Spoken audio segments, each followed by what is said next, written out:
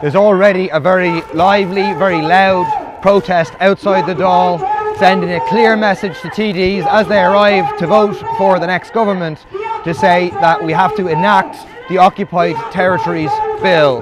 This is a bill to stop trade with the illegally occupied Palestinian territories, illegally occupied by 750,000 Israeli settlers with the support of the right-wing Israeli government. These are occupying homes that were owned by Palestinians who've been kicked out, who've been dispossessed. This is a bill that the government before the election said, after delaying it since 2018, they've been holding it up, and before the election they said, oh, we'll do it, but we'll do it after the election. After the election took place, after Trump has come to power, now the Irish government is signalling they're going to scrap the Occupied Territories Bill and replace it with something that at best will be an extremely watered down version, only dealing with a portion of trade, only dealing with goods, not services that make up a majority of trade. This is a shameful betrayal of election promises. It is the most cynical politics to say to people, vote for us, we're going to do this, and then do a complete U-turn after you've been elected.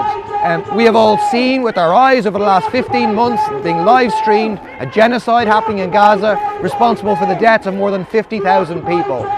There's now a ceasefire, but the occupation, the oppression, the apartheid, all of that continues. And these illegal settlements are an absolutely crucial part of it. Actually, this bill is more important than ever, given that Trump has now withdrawn any sanctions on Israeli settlers on this land. We really need to have full boycott, divestment and sanctions on Israel, no trade relations, no diplomatic relations with Israel. But as a first step, at the very, very least, what we need to do is pass the Occupied Territories Bill, no watered down form, no trade whatsoever with the occupied territories. We need to keep the pressure up on this government to not accept this U-turn and betrayal.